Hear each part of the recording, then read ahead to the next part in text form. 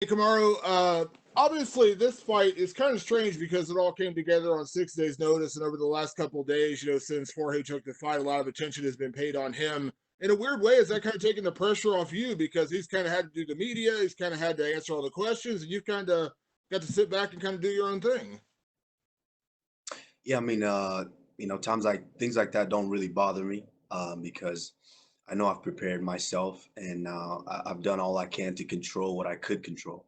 So that's all on him. I mean, he took the fight on short notice, but let's not let's not think that he hasn't been training for this. Like he has to train for one guy, and that's me. And I was training for a completely different guy. But every time you step in as a champion, you're gonna feel pressure. But that's what champions do, is how they are able to get over that.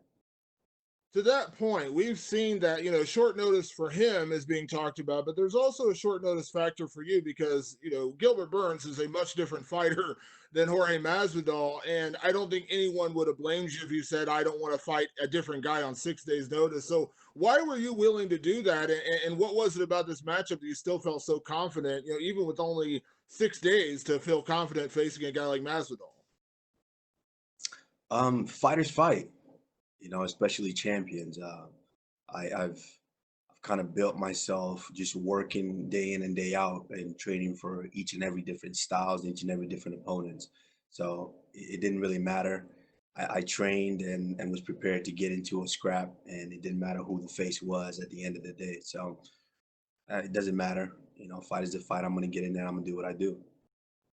One of the things that you did so well with the Colby Covington fight was, despite all the crazy things he was saying, you just kind of separated yourself from that and went out there and you were all smiles during fight week, and then you went out and obviously had a great performance, knocked him out in the fifth round.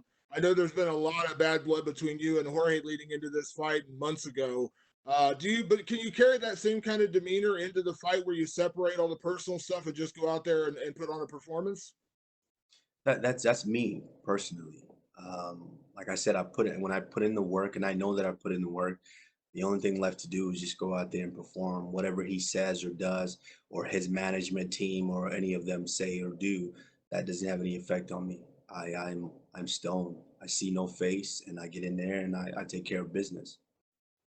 And last question for you, Kamaru. You said when you tried to land this fight on short notice, you wanted it in an empty arena. You wanted the sound of your punches to land. And I know you've told me many times that, breaking an opponent, beating a guy over 4 or 5 rounds is actually a better way for you to win. You enjoy that more than a first round knockout, things like that. Now here's your chance. Empty arena, short, all the things that we're playing. Is that kind of in your mindset again, that thing you were talking about originally on Instagram? And then I know we talked about it again afterwards. Yeah, absolutely.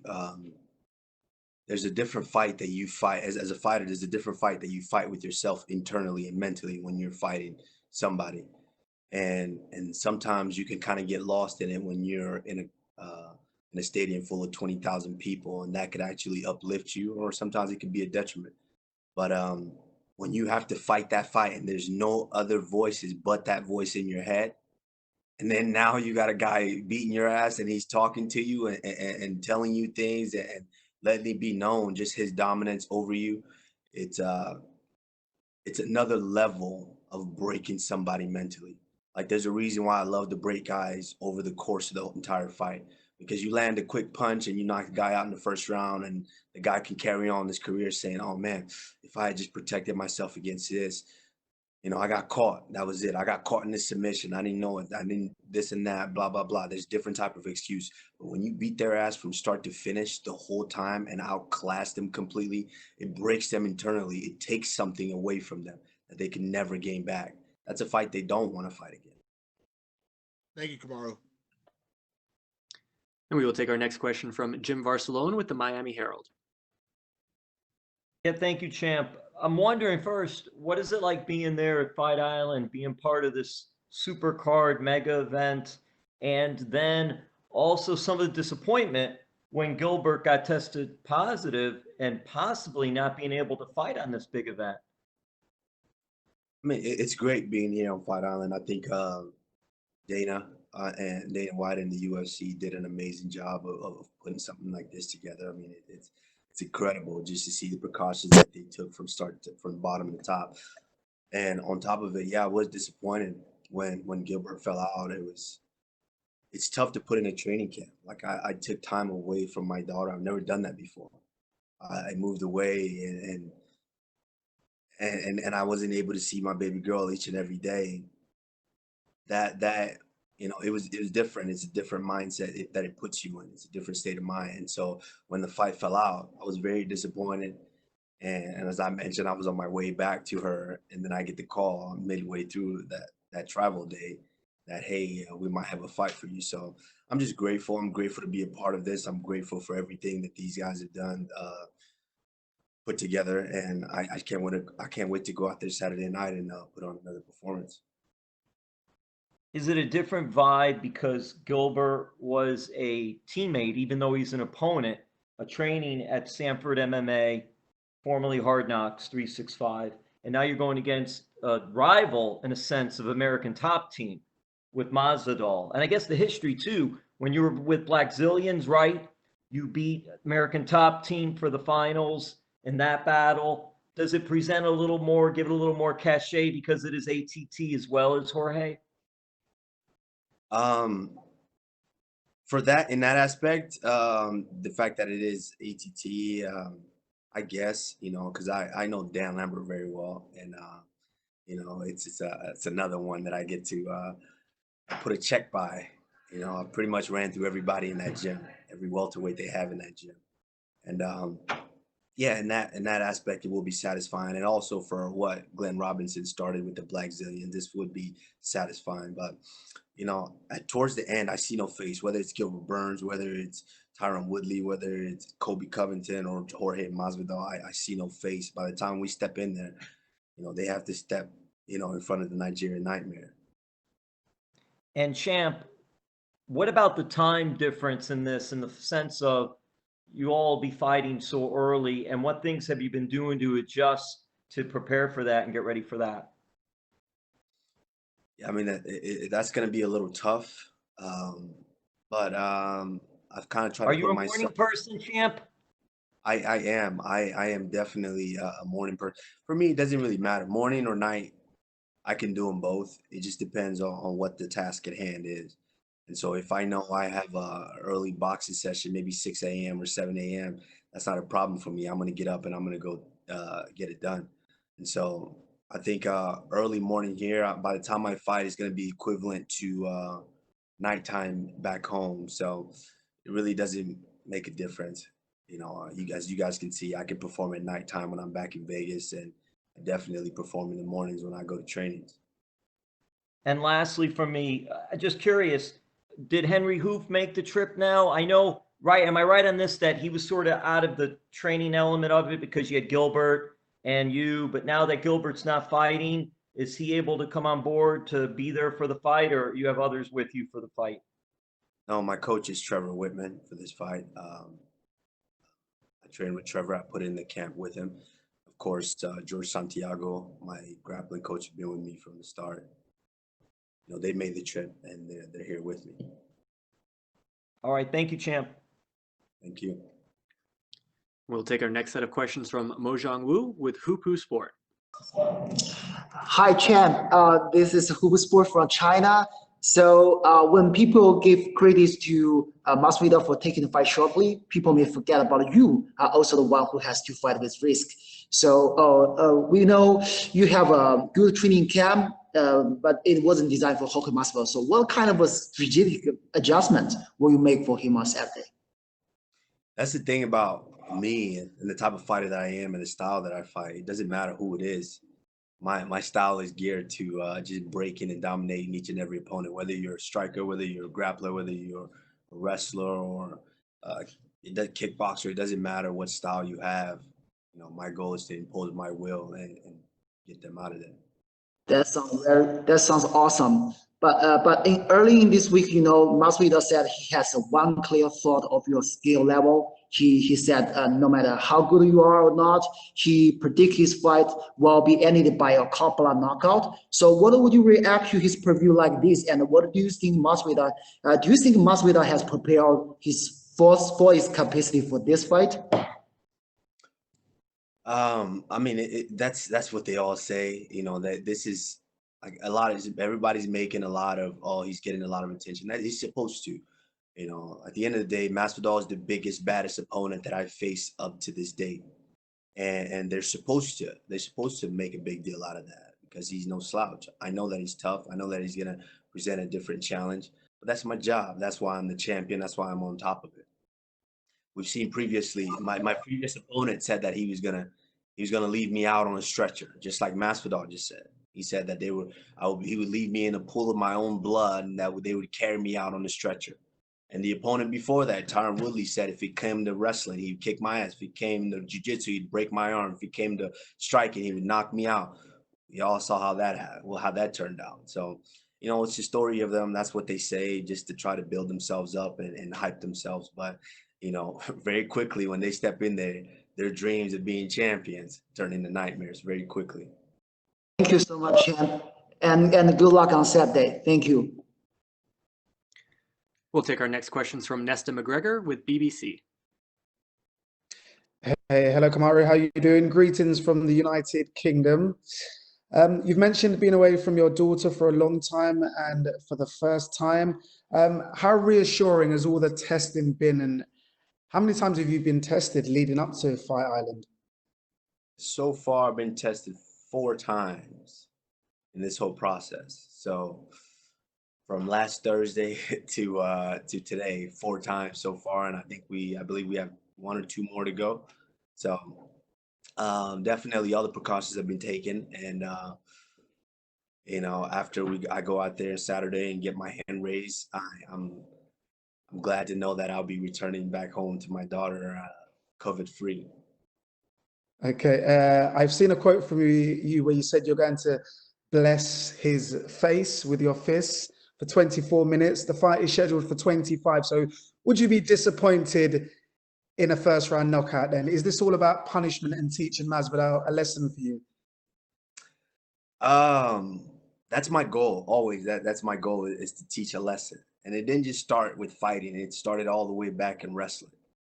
I'm the type of guy in the wrestling world who I'd rather take a tech fall over a pin. I'd rather beat a guy with such a wide margin that they never, ever dream of competing with me again. And so that's kind of how I approach the fight game. Is, of course, I'm not gonna lie, I'm gonna take it. If I knock him out in the first round, I'm absolutely gonna take it and go home. But I want to break him mentally.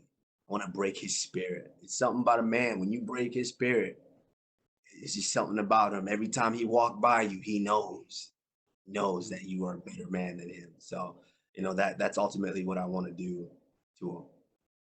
Yeah, and apologies for repeating this question, but it's just for my own purposes. We've already mentioned no fans, and sometimes, when you land that first blow that wobbles your opponent, the roar of the crowd gives you added adrenaline. Do you think having no crowd, you'll miss that at all?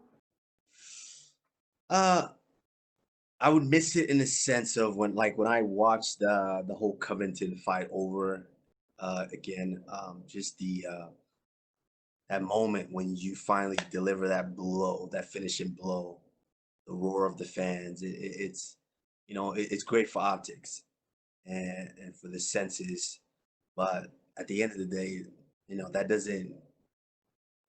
doesn't sway my performance in any way, because when I train, you don't train with the crowd.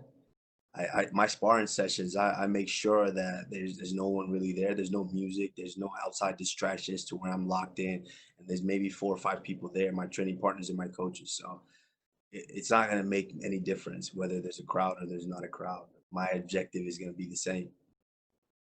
Okay, and a final question for me. You are the Nigerian nightmare. Every time you fight, you have, a continent on your back. All around the world recently, we've seen protests about discrimination and inequality. A message for, Africa, and also, are you going to do anything to mark Black Lives Matter or show support in any way for any of these causes? I mean, absolutely. As a Black man, not, living in America and just kind of seeing all of the things that have taken place. I mean, we've been seeing it for years.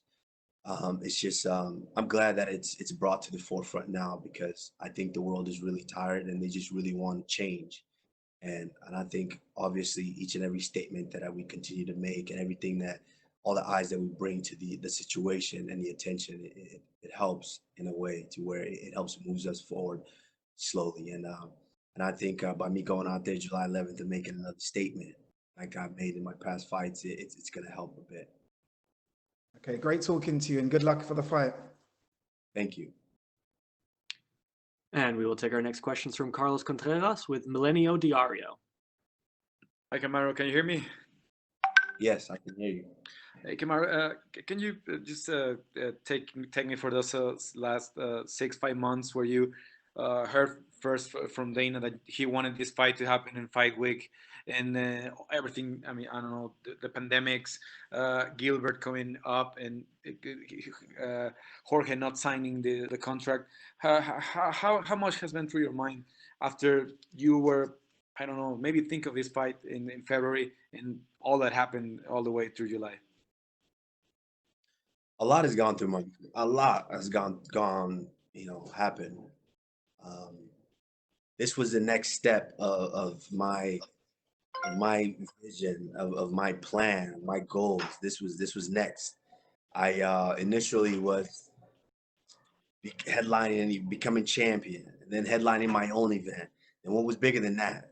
Headlining the most important weekend in UFC, fight, which is international fight. And I spoke with Dana after the last performance, and this was his plan. This is what he wanted. This was his plan, and I was on board with it. I've been on board since day one. And Dana tried his best to make the fight happen. Unfortunately, their side wasn't able to live up to the things that the contract that they signed, and things of that nature. And so they wanted to back out, and they said that they didn't want to fight. And then, of course, it came to Gilbert, and Gilbert said he wanted to fight. And I'm the champion. I have to take on all challengers, and that's what I plan on doing until, unfortunately, events happened, and now we're here. And this was a fight that should have happened all along. Both Jorge and Gilbert for a long time now. How would you say the better as a fighter? As a fighter, I would say obviously Gilbert. I've trained with Gilbert, and I know just how good he is. I know how tough he is. I know how much of a dog he is. And so there's that added element there with us knowing one another. But with Jorge, he's a talented fighter. Like I said, man, he's good. He's good. He's no slouch. I don't dismiss him by any means. I don't dismiss his skills at all. I think he's a tough competitor, and there's a reason he's been around for so long. Yes, he's had his ups and downs in his career, but at this moment, he's the biggest, baddest dude next in line for me to face, and I'm fully prepared and aware of that. We're all assuming this fight is gonna sell more pay-per-views with Jorge, since Gilbert had a big streak, but he's growing his popularity just this year. Jorge is a bigger name. Is this true? Is this a bigger deal for you in terms of selling? Yeah, absolutely. At the end of the day, it takes two to tango. It's not, it's very hard for just one guy to be able to go out there and really sell to the masses. I mean, if I think about it, there's maybe a couple of guys in the history that have been able to do something like that. Obviously, Mike Tyson, and kind of where, the position to where Conor is kind of approaching at this moment. But only for so long can you sell bullshit to the fans. The fans know if you have someone that's worthy of a challenge or not. And the fact that Jorge had such an amazing year last year in 2019, it puts him into that category to where he is the next biggest challenge for me. And I'm excited. I can't wait. I think definitely, yeah, this is the fight that people wanted, and it's the fight that the people are getting. Thank you, Kamaru. Thank you. We'll take the next questions from Andreas Hale with Sporting News. Hey, Kamaru, how you doing? I'm wonderful. How are you? Doing well. So here's my question, because Masvidal's been 5 rounds twice in his career, and he's lost both of those fights. Considering the short notice fight for him, and I know he's been preparing, but he said he had to cut 20 pounds. Are you looking to drag this fight into deep waters? Because I know there's a sense of satisfaction for you dragging fights out because of your conditioning. No, no, I'm just looking to dominate the fight from start to finish. If I'm dominating the fight and he's tough enough to hang in there, then it might go 25 minutes. But if I'm dominating the fight and he's not tough enough to stay in there, then it might go 5 or 10 minutes. So it's not something that I look forward to. Oh, I want to drag the fight out. No, I know I prepared. I'm in good shape, and I know he's prepared. Like that's the thing too. People can't forget that. People are thinking, oh, he took the fight on 6 days' notice. I'm the one guy, the only guy that he had to prepare for. And so it doesn't matter whether he took it on 6 days. I know he's been preparing, and I'm not coming in there thinking, oh, he's not in shape or he's not going to be prepared to fight. Yeah, he had to cut 20 pounds, but yes, I had to cut 20 pounds too. I still got over 10 pounds to go. So it is what it is. At the end of the day, Saturday night, we're going to step in there, or Saturday morning for me, we're going to step in there and we're going to make it happen. You say you don't see faces when you get ready to fight, but against Colby Covington, after the fight was over, it had to be extremely satisfying to beat somebody that it was so emotionally charged heading into that fight. How do you think that you will feel emotionally once you get past Masvidal because of all the emotions that went into this fight? They are all satisfying. That's the crazy thing about what we do is this is the addicting part of what we do is that moment after the fight. I can't wait. I was speaking about this yesterday. I can't wait to get home and get on my couch, close the doors, order some Thai food, and me and my daughter just watching Netflix. That's the most addicting moment to me in this whole process is being able to go home, mission accomplished, bank account full of money, and you're just on the couch eating Thai food, watching Netflix. That's the best feeling in the world for me, and I can't wait to repeat that. So my last question, because Masvidal talked about money, there was like a back and forth about money. He talked about he'd be advocating for fighters to get paid. Should you get past this fight, is it time for Kamaru Usman to get paid and to get the rub that some of these other guys have been getting? Yeah, first of all, I never said that Kamaru Usman was not getting paid. So let's not think that. But at the end of the day, I'm true to myself and I'm real with what I say. Um, my negotiations with the company are done behind closed doors and they got done, which is why I'm here to fight. He was the one complaining, advocating, all fighters need to get paid, fighters need this, fighters need that. But the moment he got a little bit extra money, guess what? He said, bye, I'm out, I'm signing and I'm going to fight. So where's all that unity now? Where's all of that? You talked all this big game about, oh, you're not going to fight if the fighters don't get paid. But now here you are. So it goes to show that he's out for himself. But it is what it is. I'm glad he's getting some money for this because I wouldn't want to not get paid to get my ass beat by someone named the Nigerian Nightmare. I'm sorry, I do have one more. Your father, the ESPN article came out today talking about your father. Have you talked to him being out there, and how excited are you for him to get to see you on pay-per-view in the main event of a title fight? Yeah, I've talked to him. Kind of moments like this, I kind of zone out a little bit because I'm the one who has to truly go through this process in this situation. But I'm extremely thrilled. And that was another part of this for me which is why I was so excited about this fight and this date and this moment is pre the COVID-19 and the pandemic. This was a culmination of everything that I've done, everything that I've worked for and sacrificed for. This was the moment that my father was going to get to be there cage side and watch his son that had put in all this time, all these countless hours and all these efforts to get to this point to be center stage in the world. And, it feels good to know that he's going to be home with my mother and they get to watch it, live on pay-per-view. But it would feel even better if he was here in the stand in the arena with me. So that means he'll be there for the next one, though, while you're still champ. Absolutely. Cool. Good luck. Thank you for the time. Thank you. And we will take our last set of questions from Louise Green with MMA Crazy. Kamaru, this will be your second title defense, but out of all of the opponents that you've had in the past, where does Jorge rank? He's the best. Out of each and every one of them, he's the best. He's the next guy in front of me. You know, he's the toughest guy in front of me. So, you know, I don't take him lightly. I'm going out there with all of that thoughts, you know, the thought that he is the best opponent that I've faced to date. And I have to go out there and treat him accordingly. And obviously he came out of he had the big knockout win over Askren, and then most recently over Nate Diaz. What have you thought about his past performances, and what are you going to be expecting from him on Saturday? No, he's a very, very tough fighter. He's very skilled. There's a lot of things that he does well. He had an incredible 2019, great year, coming out and doing the things that he did, and really kind of propelled him into the position that he's in. But you know, my job is always to go out there and derail all of that. My previous opponents were doing the same. The one before that had what 3 or 4 title defenses back to back to back, and I went out there and made him look like an amateur.